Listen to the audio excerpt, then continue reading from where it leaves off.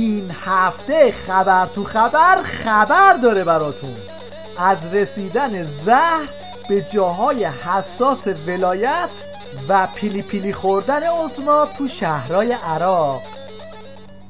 ما معتقدیم فتنه ای رو که امروز در عراق افتاده است، این فتنه رو خود عناصر عراقی میتوانند کفایت این رو دارن که اون رو از بین ببرن. هیچ احتیاج به دخالت دیگران نیست.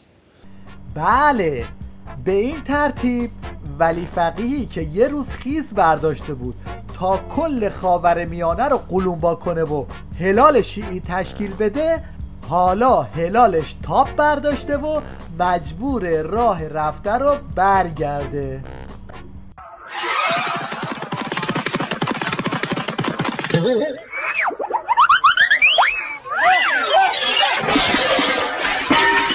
از اونجایی که تماشای عمود افقی شده خیمه نظام دلپیچه بسیجی‌های دلواپس رو بیشتر کرده و ترسشون از ادامه زهرخوری رو ضریب زده، شیخ فری با یه دجال بازی بنفش مدل 93 به صحنه اومد تا اینجوری از خوردن کامل زهر دفاع کنه. کوته نظران عاقبت بینی را گاهی عافیت طلبی می بینند. عاقبت بینی و تدبیر غیر از عافیت طلبی است و این نشان می دهد که شجاعت در صلح به مراتب بالاتر از شجاعت در جنگ است.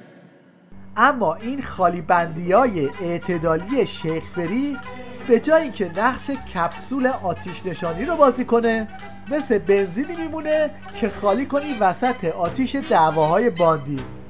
بعد دیگه استبل مجلسه و ارعر دلواپسی و لحاف اعتدال. به رئیس جمهور حرفایی زد. زیر لحاف اعتدال چه میگذرد؟ یا للعجب که اسم این اقدامات را اعتدال میگذارند. افراطیون را به مسند قدرت برمیگردانند. طلبکار ملت هم هستند. میگویند به پشت سر خودتان نگاه نکنید. عده‌ای کارشان این است که به پشت سرشان نگاه کنند. میترسن به زمین بخورند. آقای روحانی چرا برخورد دوگانه؟ چرا خودتان دائم به دولت پشت سر نگاه میکنید و عدم تحرک و تصمیم سازی ها و ریسک پذیری که لازمه هر دولت است با سیاه نمایی گذشته به فراموشی میسپارید؟ چرا تهدید میکنید که در آینده حرفایی میزنم؟ از مواضع شما برمی آید که در آینده نزدیک میخواهید به نهادهای مقدس حماسه ساز و مدافعان راستین این ملت حمله کنید.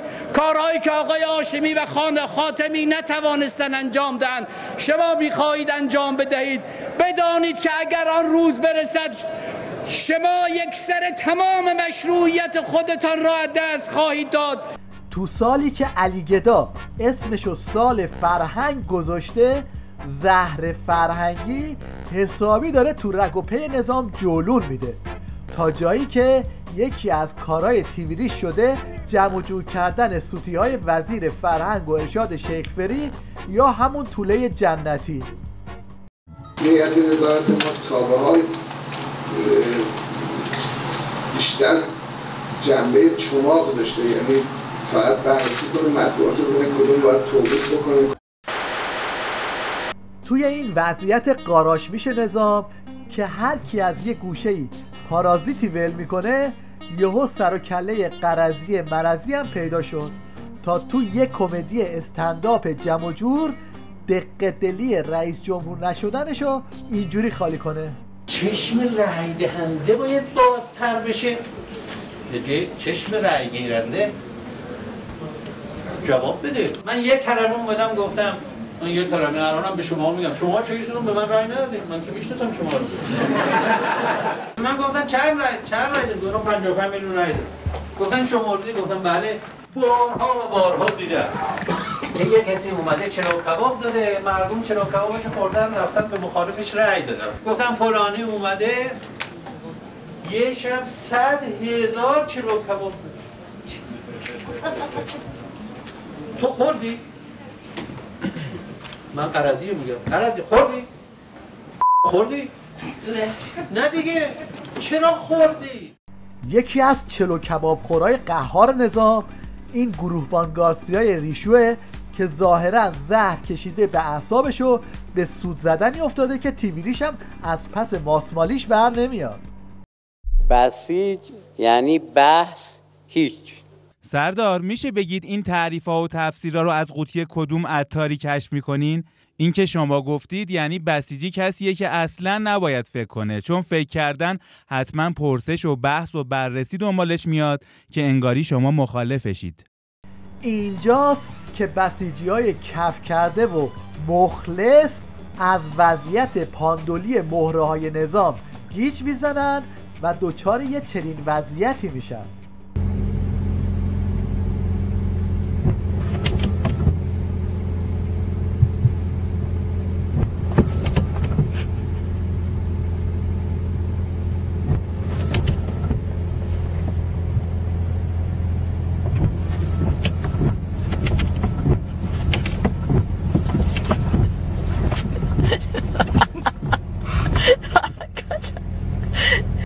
این جوجه تئوریسین نظام رو هم آوردن تا به بسیجیای روحی باخته دل بده، اما مشکلش اینه که دل و جیگر خودشو سگ خورده. متاسفانه من میبینم بعضیا حتی توی کشور خودمون توی یه جوری حرف میزنن که دقیقا تو زمین آل سعود بازی میکنن. عزیزان، موشه یعلون در کنفرانس هرزالیا گفت ما باید ایران را بشکنیم، چاره جز زدن ایران نداریم، منتها ایران یک بازو دارد به نام سوریه و یک مچ به نام حزب الله لبنان. در 2006 سراغ مچش رفتیم اما بازوش خون رسانی کرد. این بار اول بازو را میزنیم، بعد مچ میافتد، بعد به سراغ پیکر میرویم. من انشالله شرایط رو روشن میبینم، به زودی آل سعود به درک واصل خواهند شد به خاطر ظلم‌های زیادی که کردن و انشالله ما هم این علمی که دستمونه محکم نگه داریم، خودمون قاطی نکنیم. یکی از تازیان خورده های روحی تو نظام این حجت الاسلام ندامت پیش است که بعد عمری سگدو زدن واسه مبارزه با جرم آخوند ساخته بدحجابی حالا به غلط کردنگویی افتاده و میخواد بدحجابا رو جذب نظام کنه. ما فقط گفتیم که همه بدحجاب ها رو تو جامعه ما به عنوان بیدین، به عنوان ضد انقلاب، به عنوان ضد روحانیت، ضد خلاصه این ارزش های دینی ندونیم. اگر بخوایم اینا رو تکفیرشون کنیم، اگر بخوایم اینا رو اصلا از دایره دیانت و انقلاب و ولایت و نظام خارجشون کنیم، چیزی تش نمیمونه. خدامونم کمیتامون تو موضوعات دیگه میلنگه. حالا یه خاطره مرغی از صداقت امام مشنگا که خودش یک کلاس درس واسه همه دجالای عالمه. این صداقت خیلی مؤثره. در خاطرات امام رضوان الله علیه میدیدم که امام در ایامی که در پاریس در نوفل شاتو بودن، یه وقتی خبرنگارا اومده بودن گفته بودن آقا ما می‌خوایم 24 ساعت زندگی شما رو فیلم برداری کنیم. خب اینا اومده بودن فیلم برداری کرده بودن، رسیده بود به صحنه غذای امام. آقا شما چجوری نهار میل می‌فرمایید؟ گفتن خب حالا یه سفره پهن می‌کنیم، حالا نمیشه منتظر باشیم که دو ظهر بشه که. یه سفره پهن می‌کنیم اینجا، یه غذایی می‌ذاریم و فیلم برداری می‌کنیم که آقا این غذای امام اینه. به صورت نمادین سفره پهن. آره 24 ساعته. اینا امام وقتی اومده بودن سر سفره دیده بودن خب اینا یه مقدار نون و ماست و پنیر و سبزی و اینا گذاشتن. گفتم آقا شما شروع بکنید به غذا. ما ایشون فرموده بود من همیشه نون پنیر ماست میخورم. این دروغه. من به این دروغ راضی نیستم. من گاهی برنج و خورش میخورم. انقدر حساس بودن. اگر میخواید فیلم بگیرید برنج بیارید، خب من گاهی اون غذا رو میخورم، گاهی مرغ میخورم. آش خاطره‌گویی از امام گوربه‌گوری به قدری شور شده که خودشون از همدیگه گاف میگیرن و سوتی رو میدن. چند وقت پیش حجت الاسلام مجید انصاری در خاطره ای از امام گفت وقتی که اون سکوی قهرمانی رو گذاشته بودن، سکوی بیادماندنی آقای سلیمانی، اول آمریکا و شوروی سابق دو طرف پایین دست جمهوری اسلامی ایستاده بودن، حضرت امام به اشک شوق در چشمشون جریان پیدا کرده و بعداً مشخص شد که اصلاً علیرضا سلیمانی در شهریور سال 68 و بعد از فوت حضرت امام قهرمان شده. امان از دست این خاطرگویی ها. این هم دفاع پر آب و تاب یه آخوند چادری از عقب موندگی قرون وسطاییش، همراه با موزیک متن ملکوتی و استدلال‌های شوتی. ببینید وقتی شغل میگیم خب بعد یه سری شغلا مطرح میشه که من میتونم توش وارد بشم، یه سری شغلا مطرح میشه که خب نمیتونم وارد بشم. یعنی چی؟ یعنی نیستم تو اون حرفه ها، تو اون شغلا نیستم. مثل همین قضاوتی که شما گفتید. چرا نیستم؟ ببینید این عدالت اصلا، یعنی یه فرقی گذاشته شده بین من و آقایون. گذاشته شده. شما بگید. این که میگیم که ما نیستیم، نه، این عین عدالته. چرا من نمیتونم قاضی باشم؟ به نظرتون چرا من نمیتونم قاضی باشم؟ خیلی چیزا شنیدیم دیگه، میگن خانم‌ها احساساتی ان، عواطفشون دقیق‌تر هست. آفرین. اصلا من خانوم خب خلقم و آفرینشم واسه چیه؟ اینه که تربیت نسل بکنم. بعد این عاطفه، این احساسات تو وجود من پره. بعد اون وقت من با این همه عواطف، با این همه احساسات، خب اگه وارد محیط دادگاه بشم، خب آدمایی رو ببینم که به 1000 چیز متوسل میشن، به دروغ متوسل میشن، به اشک متوسل میشن، به داد و بیداد و تطمیع و تهدید متوسل میشن. من خانم امکان این رو نداره یه ذره بلغزم. بعدم تازه خیلی قشنگه اینکه ماها نمیتونیم توی خیلی از رشته ها و کارا باشیم. خب این حق نیست. حقه که من بخوام برم بگیرمش به نظرتون؟ بعد بتونیم ولی سخت باشه. بعد حقم نیست. تیوی ریش و یک برنامه جذاب برای نوجوانا با حضور نوجوان ریشدار و عمامه‌دار حاج آقا نجات غریق که نوجوانا رو طوری ارشاد میکنه که مجریا فیوز میپرونن و زود برنامه رو قیچی میکنن. 40 روز کسی کار برای غیر خدا 40 روز کسی کار برای خدا انجام بده، برای غیر خدا انجام نده، خداوند حکمت رو از قلب بر زبانش جاری میکنه. یعنی چی؟ یعنی استخرم میخوای بعد از ظهر بری روش فکر کن چرا استخر لذت ببری. بابا اروپایی‌ها میگن ما میخوایم لذت ببریم. میخوای چیکار کنی؟ میخوام تو همون زیرابی که دارم میرم به این فکر میکنم که بابا قویون امین، یعنی یار توانمند امام زمان میخواد. بازجویی از میهمان در برنامه تلویزیونی زنده فقط در تیوی ریش. آقای مفیدی شما الان کدوم محله زندگی میکنی؟ منطقه 7 تهران. کدوم خیابون میشه؟ منطقه 7 خب بالاخره از شمال تا جنوب تهران منطقه 7. نه از شمال تا جنوب. شمال تا جنوب چرا؟ شما کجایی؟ منطقه 1 2 3 4 اون میره تا منطقه 24 و 24. الان 24 کلا تهران 22 منطقه است. کدوم منطقه؟ منطقه 7 دیگه گفتم منطقه 7. نه کدوم خیابون میگه منطقه 7. آدرس خونه‌ت هم بده میخوام بیام. آدرس خونم که چرا بدم آخه؟ نه الان خیابون رو بگو. چرا تلویزیون آدرس خونم بدم؟ گفتم منطقه 7 دیگه. کافیه من فکر می‌کنم. دوستمون نمیگیره چی میگم من.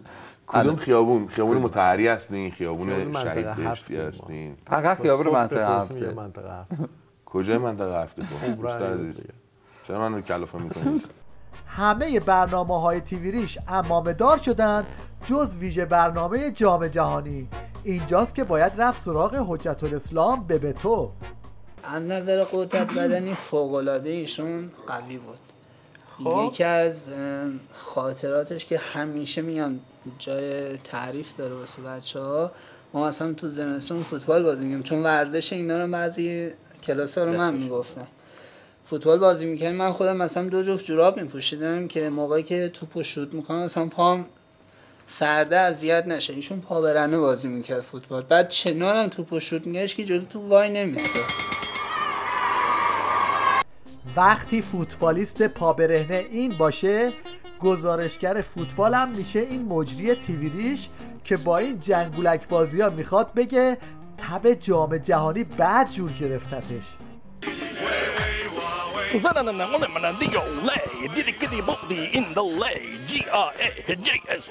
Even if he give a bubble snack, she's a dog, weeks, and the Kennedy beaks, is like in beaks. How has to do what doesn't need a kind of cool. Shall shoot a muscle use a natural auto over help. اینم خارجیش بود خوندم واسه اون بریا. اینم یه مانکن ریشدار که میخواد با پیژامه رنگ رو رفته و برند بنفش خودش رو بچسبونه به فوتبال و محبوبیتش رو بالا ببره.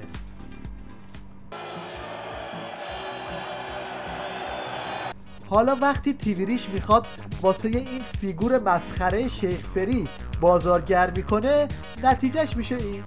انتشار عکس جالب از آقای رئیس جمهور. بله. یه عکسی در فضای مجازی اینترنت اینا پخش شد، توضیح شد عزیزان که آقای روحانی نشون میداد که حالا روبرو تلویزیون نشسته بودن بازی ایران و نیجریه رو میدیدن، حالا جلوشون هم رو میزم چیزایی از سبد کالا و اینا بود و اینها، نمیدونم میوه بود، تخمه بود، چی بود اینها. به هر حال خیلی عکس لطیف و صمیمی بود، نشون میداد که ایشون هم دل دارن، ایشون هم ورزش رو دوست دارن. سایر مسئولین هم به جنبن در همین حالت عکسایی بگیرن. حالا باز ادای روحانی در نه عیناً همونجوری دیگه، همونجور طبیعی هستن، جستا رو عوض کنن. آره عکسایی بگیرن. این عکس‌ها هم باز اگه تیم ملی ببینن به نظر من خیلی اثر خوبی داره. در انتها به مناسبت جام جهانی 2014 یک سفرنامه کوتاه تصویری می‌بینیم از حضور یک سامورایی عاشق فوتبال در برزیل که به جای هنرنمایی با دست و شمشیر با پا و توپ کار میکنه.